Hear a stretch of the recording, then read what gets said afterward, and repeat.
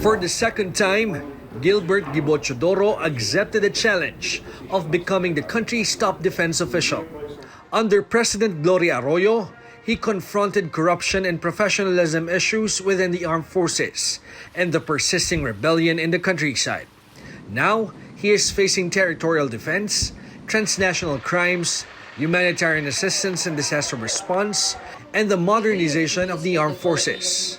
He has the familiarity of the institution and the processes inside the defense establishment.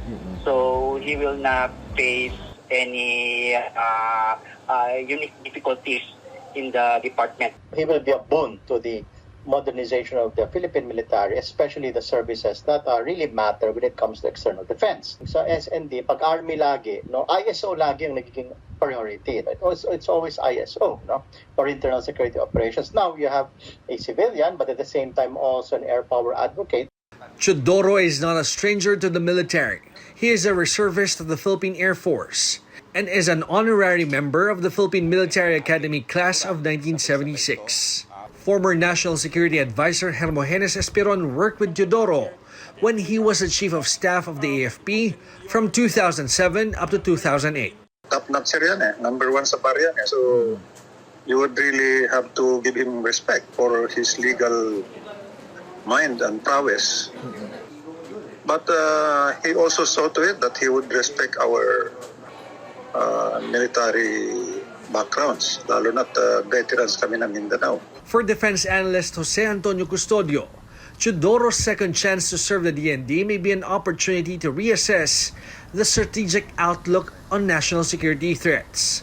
He says it is important to strike a balance since the thrust of the modernization program of the armed forces depends on this. They have to reassess again. Ano bang national security situation natin?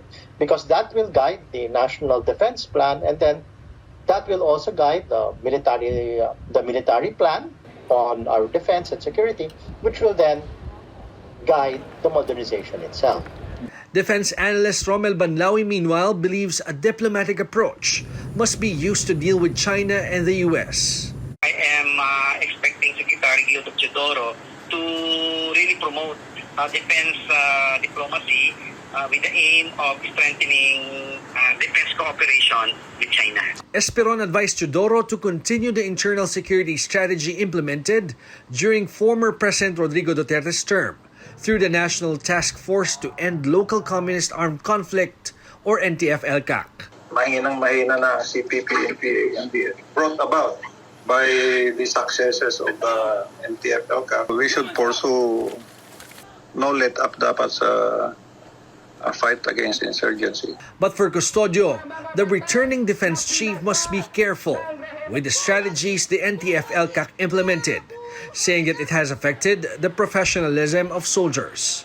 Red tagging became the major policy, no? In fact, of Lorenzana when he was the SND in the latter years of the Duterte administration. No?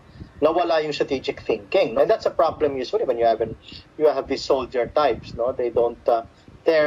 Many of them have the inability to think strategically. No, so that's something that Gibo Teodoro will have to address. In the end, the defense and security sector is confident Teodoro will get the job done and will prioritize the national interest in every decision that he will make.